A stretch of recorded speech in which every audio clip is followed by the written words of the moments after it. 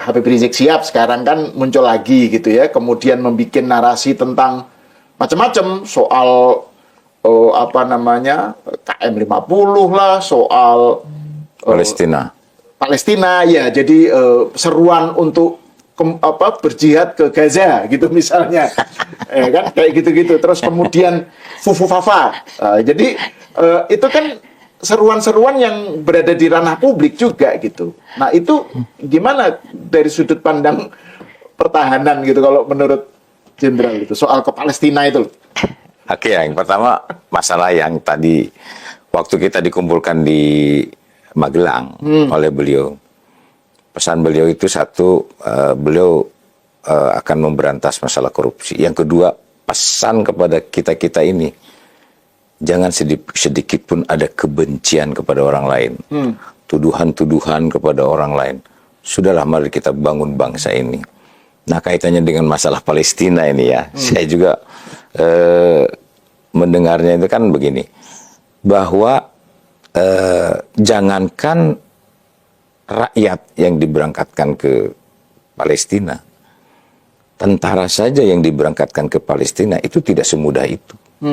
Panglima TNI tidak semudah menggerakkan begitu saja, berangkat sekian batalion ke Palestina, tidak bisa, harus lapor kepada Presiden. Presiden sebagai panglima tertinggi, beliau yang berwenang, dan Presiden pun harus atas restu daripada DPR. Termasuk kita mau diberlakukan darurat militer misalnya sebagainya, Presiden harus ada restu dari DPR, tidak serta-merta begitu saja. Nah, apalagi rakyat, beliau sangat konsentrasi masalah Palestina. Bagaimana bantuan kepada Palestina, bahkan beliau mengirim kapal laut kepada Palestina untuk memberikan bantuan. Tetapi satu sisi juga, ini juga harus kita lapor kepada PBB, tidak semudah itu. Itu militer, kan begitu. Nah, bagaimana kalau kita akan mengirim rakyat? Tidak semudah itu, ya itu tidak semudah, dan dia siapa gitu loh, kan begitu kan? Jadi semuanya itu diatur ya, diatur oleh undang-undang, ya diatur oleh ketentuan, ya peraturan yang berlaku. Jadi tidak serta-merta asal bicara saja. Itu hanya retorika aja gitu kalau. Ya, betul. Dan kalau komitmen soal terhadap Palestina dan Gaza kan Pak Prabowo sudah wah, luar biasa, Pak, sampai mahasiswa dari Palestina pun diundang ke sini, kemudian diberikan fasilitas-fasilitas, pendidikan dan sebagainya.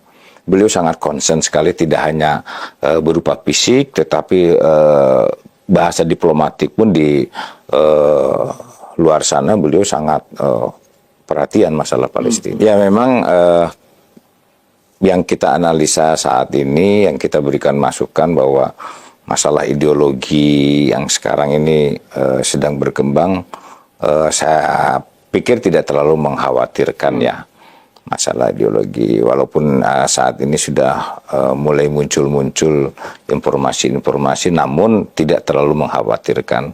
Begitu juga masalah sosial budaya ya. Dan yang banyak upaya-upaya yang sekarang dikejar oleh Bapak Presiden itu adalah masalah ekonomi.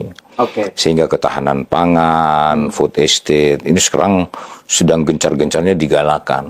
Nah, itulah salah satunya juga beliau mengantisipasi kalau misalnya terjadi perang dunia misalnya. Nah, kita juga udah siap ya secara ekonomi, artinya kita kemandirian itu betul-betul kita jaga sehingga kita tidak tergantung kepada orang lain, seperti itu. Ketahanan pangan dan energi ya. Energi ya. Karena kan itu terkait soal hilirisasi apa itu kan arahnya supaya kita tuh ada kemandirian soal energi dan pangan itu ya. Itu untuk jaga-jaga gitu. Nah, ini saya ingin bicara ke yang lain ini, Jenderal, lebih luas lah gitu. Jenderal ngikutin nggak soal perdebatan di kalangan NU terutama ya, tapi juga di kalangan umat Islam sih, antara ini loh, soal kontroversi nasab habaib. Nah, kita kan tadi bicara tentang Habib Rizik Syihab nih.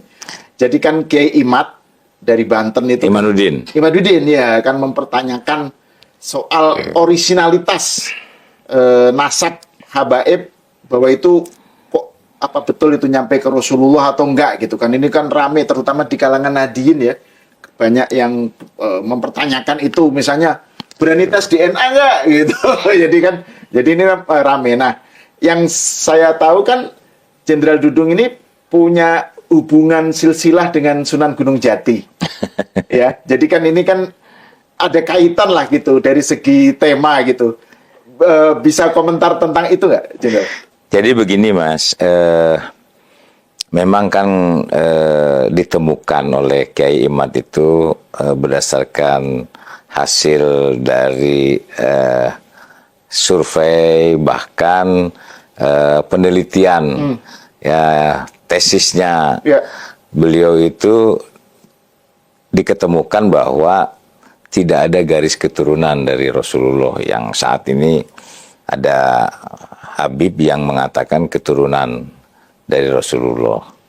Dan akhirnya kemudian berita itu rame lah ya. Dan Roma Irama. nah seperti itu.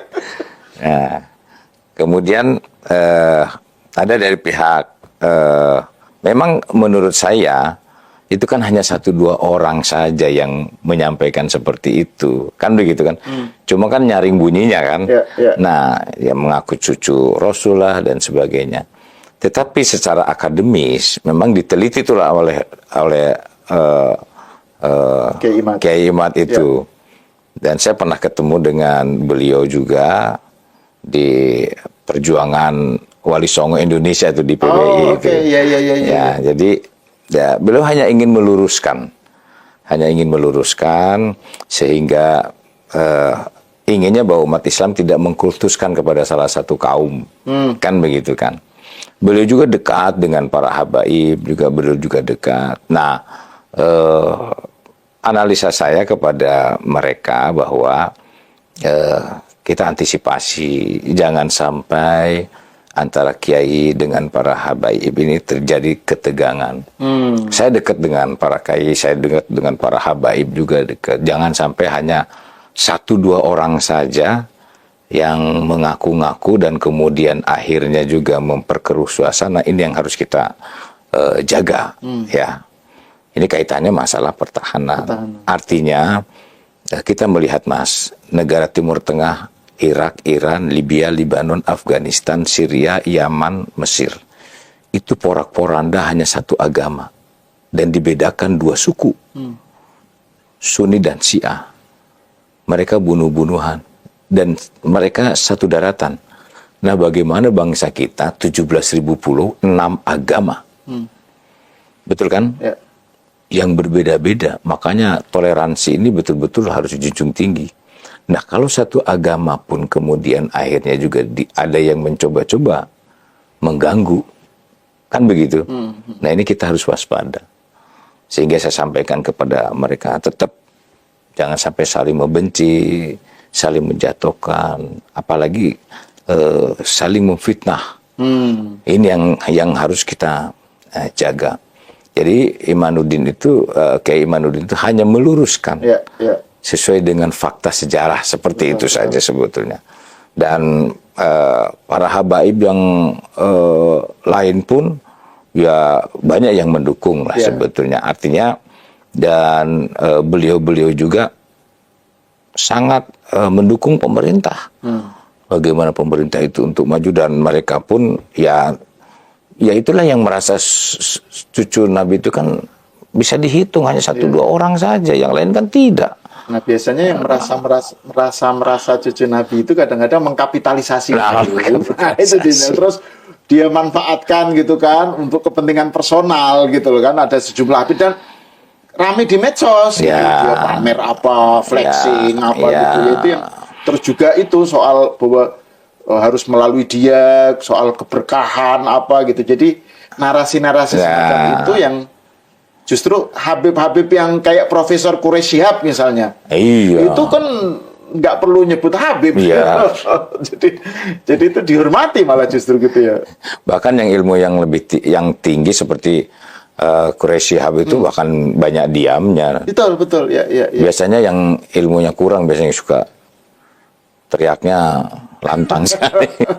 Nah, kalau terkait soal silsilah Jenderal Dudung sendiri dengan Sunan Gunung Jati itu bisa diceritakan nggak? Karena kan ada masjid di Cirebon, apa yang itu gimana itu, Jenderal? Jadi bapak saya asli Cirebon, ibu saya asli Banten, kan begitu. Oke. Ya betul lah ada silsilahnya dari Syarif Hidayatullah. Makanya saya bangun masjid Syarif Abdurrahman.